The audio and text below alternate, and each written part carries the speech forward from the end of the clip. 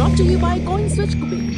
Download the app now. जिस तरह हम वनस्पति तेल को डालडा, डिटर्जेंट पाउडर को सर्फ, टूथपेस्ट को कोलगेट और फोटोकॉपी मशीन को जेरोक्स कहते आए हैं, ठीक वही हाल बिटकॉइन का भी है। यानी बिटकॉइन एक तरह की क्रिप्टो करेंसी है, क्रिप्टो करेंसी का पर्यायवाची यानी सिनोनिम नहीं। जैसे सर्फ के अलावा टाइड और निरमा भी वॉशिंग पाउडर है, वैसे ही बिटकॉइन के अलावा भी कई अन्य तरह की क्रिप्टो करेंसीज हैं। नमस्कार, मेरा नाम है दिव्यांशी और आप देख रहे हैं हमारी खास सीरीज एक नया पैसा का तीसरा एपिसोड, जिसमें हम जानेंगे दुनिया की सबसे फेमस क्रिप्टो करेंसी यानी बिटकॉइन के बारे में, और साथ में जानेंगे कि सितारों के पार जहां और भी है, मतलब बिटकॉइन के अलावा भी कई और क्रिप्टो करेंसीज चलन में हैं। चलिए बिटकॉइन से शुरू करते हैं। बिटकॉइन एक क्रिप्टो करेंसी है जिसे जनवरी 2009 में बनाया गया था। मतलब ये क्रिप्टो करेंसी के वो सभी मानकों को पूरा करती है जिनकी बात हमने पिछले एपिसोड में की थी। जैसे ये भी ब्लॉकचेन आधारित करेंसी है, ये भी डिसेंट्रलाइज्ड है आदि। लेकिन ये कहना भी गलत नहीं होगा कि क्रिप्टो करेंसी से जुड़े ये सारे मानक दरअसल बिटकॉइन ने ही सेट किए थे। ये उलटबांसी सी लग रही होगी, लेकिन इस उलटबांसी का हल इस बात में छुपा है कि बिटकॉइन दुनिया की पहली क्रिप्टो करेंसी है। इसका विचार जापान के एक व्यक्ति सतोशी नाकामोतो के माध्यम से आया। हालांकि सतोशी नाकामोतो की पहचान अभी तक नहीं की जा सकी है, लेकिन वो सतोशी नाकामोतो ही थे जो ब्लॉकचेन, माइनिंग और डिसेंट्रलाइज्ड करेंसी जैसे कई युग प्रवर्तक विचारों को अंडर वन अम्ब्रेला लेकर आए, और इस अम्ब्रेला का नाम रखा गया बिटकॉइन। जिन ब्लॉकचेन, माइनिंग और डिसेंट्रलाइज्ड करेंसी जैसे विचारों की हम बात कर रहे हैं, उसमें से कई कॉन्सेप्ट हम आपको पिछले एपिसोड में बता चुके हैं और कई आने वाले एपिसोड्स में बताएंगे। अभी के लिए बिटकॉइन पर कॉन्सेंट्रेट करते हैं। हाँ, तो ये अम्ब्रेला यानी बिटकॉइन कालांतर में इतना फेमस हुआ कि इसके दो परिणाम सामने आए। एक तो बिटकॉइन काफी कीमती होती चली गई, दूसरा बिटकॉइन की तरह ही कई अन्य क्रिप्टो करेंसीज चलन में आ गई। वैसे पहले बिटकॉइन नहीं, उसका कॉन्सेप्ट अस्तित्व में आया था। सतोशी ने 31 अक्टूबर 2008 को metsdao.com पर एक घोषणा की, मैं एक नए इलेक्ट्रॉनिक कैश सिस्टम पर काम कर रहा हूं जो पूरी तरह से पीयर टू पीयर है, जिसमें कोई विश्वसनीय तीसरा पक्ष नहीं है। इसका श्वेत पत्र bitcoin.org पर प्रकाशित किया गया, जिसका शीर्षक था bitcoin a peer to peer electronic cash system. श्वेत पत्र मतलब थ्योरी में किसी कॉन्सेप्ट का पूरी तरह छप जाना।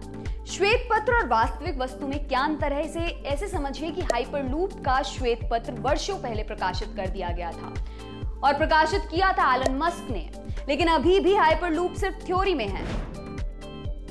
हालांकि बिटकॉइन को थ्योरी से प्रैक्टिकल बनने में देर नहीं लगी और 3 जनवरी 2009 को पहले बिटकॉइन ब्लॉक की माइनिंग की गई। इस पहले ब्लॉक को जेनेसिस ब्लॉक कहा गया। हम फिर से दोहरा रहे हैं कि ब्लॉक और माइनिंग के बारे में हम आने वाले एपिसोड्स में विस्तार पूर्वक समझेंगे।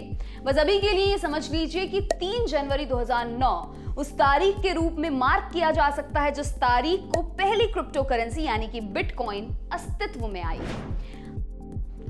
हालांकि इंटरेस्टिंगली ये कहना भी पूरी तरह सही नहीं है कि बिटकॉइन अस्तित्व में आई, क्योंकि बिटकॉइन या इससे इंस्पायर्ड किसी भी क्रिप्टो करेंसी का कोई फिजिकल फॉर्म नहीं होता, यानी इसे आप छू या देख नहीं सकते, इसे हाथ में पकड़ नहीं सकते। तो जैसा कई बार इसका स्वरूप हमें टीवी या प्रिंट में दिखाई देता है, गोल कॉइन सरीखा और बीच में कलात्मक रूप से अंग्रेजी का कैपिटल बी लिखा, वो इसका केवल आइकन है या यूं कहें कि प्रतीकात्मक स्वरूप है, माने उसकी कोई वैल्यू नहीं है।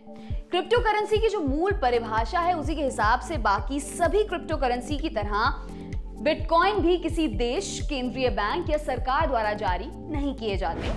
हालांकि ये कानूनी रूप से संचालित नहीं होते, लेकिन ये अलग अलग देशों की मौद्रिक और कानूनी नीतियों पर निर्भर करता है कि वो बिटकॉइन या किसी भी अन्य क्रिप्टो करेंसी को वैधता देती है या नहीं। जैसे भारत में ये इन्वेस्टमेंट के हिसाब से वैध है, लेकिन लेन देन के हिसाब से नहीं। चाइना ने इसे दोनों ही प्रकार से अवैध घोषित किया हुआ है। वहीं अल सल्वाडोर ऐसा पहला देश बन गया है जहां का कानून इसे लेन देन और इन्वेस्टमेंट दोनों ही तरह से यूज करने की इजाजत देता है।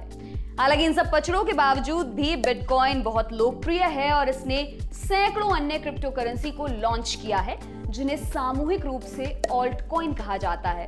बिटकॉइन को आमतौर पर BTC के रूप में भी लिखा जाता है, खासतौर पर उन प्लेटफॉर्म्स पर जहां इसकी खरीद फरोख्त की जाती है। अब जान लेते हैं क्रिप्टो करेंसीज का वर्गीकरण। करेंसी नाम के वेब पोर्टल के अनुसार कुल 7 तरह की क्रिप्टो करेंसीज होती हैं। भुगतान केंद्रित, मतलब वो क्रिप्टो करेंसीज जिनका उपयोग किसी वस्तु या सेवा को खरीदने के लिए किया जाता है, जैसे बिटकॉइन, लाइटकॉइन और इथेरियम। स्टेबल कॉइन, जैसा नाम से ही पता चलता है, इनकी वैल्यू बहुत तेजी से ऊपर नीचे नहीं होती, क्योंकि इनका मूल्य डॉलर जैसी किसी अंडरलाइंग करेंसी या संपत्ति से आंका जाता है। मतलब किसी स्टेबल कॉइन का मूल्य $2 होगा तो किसी का ₹5। केंद्रीय बैंक की डिजिटल करेंसी, ऐसी क्रिप्टो करेंसी जो सरकार या सेंट्रल बैंक द्वारा रेगुलेट होती है। इसे ऐसे समझिए जैसे भारत में रुपया या अमेरिका में डॉलर रिस्पेक्टिवली RBI और फेडरल बैंक द्वारा रेगुलेट होता है। अब अगर इससे जुड़े स्टेबल कॉइन जारी किए जाते हैं और जारी करने वाली संस्था भी RBI या फेडरल बैंक हो, तो ऐसे स्टेबल कॉइन कहलाएंगे डिजिटल करेंसी। आपको डिजिटल करेंसी के बारे में हम शुरू से ही बताते आ रहे हैं। क्यों? 3 कारणों से। एक तो ये बिल्कुल ही अलग तरह की क्रिप्टो करेंसी है जो क्रिप्टो करेंसी के कई मानकों को पूरा नहीं करती, जैसे इसका डिसेंट्रलाइज्ड ना होना। दूसरा, इसके बारे में अलग से जानना इसलिए भी जरूरी है क्योंकि भारत सरकार या RBI भी अपनी डिजिटल करेंसी लॉन्च करने का प्लान बना रही है। चाइना तो इस तरह का प्रयोग पहले ही कर चुकी है। तीसरा, डिजिटल करेंसी क्रिप्टो करेंसी और पारंपरिक करेंसी के बीच की एक कड़ी भी कही जा सकती है। कड़ी टाइमलाइन के हिसाब से नहीं, कॉन्सेप्ट के हिसाब से। यूटिलिटी यानी कि उपयोगिता टोकन, जो आपकी विशेष सेवाओं तक पहुंच को अनलॉक करते हैं, जैसे लल्लन डिजिटल टोकन, जिसके बारे में हमने आपको पहले भाग में बताया था। गोपनीय कॉइन, जो लेन देन के दौरान प्रेषकों और प्राप्तकर्ताओं को गुमनामी प्रदान करता है।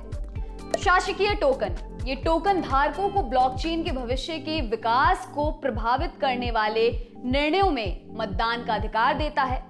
अप्रतिस्थापित करेंसी यानी कि नॉन फंजिबल करेंसी, मतलब ऐसे टोकन जिन्हें बदला ना जा सके।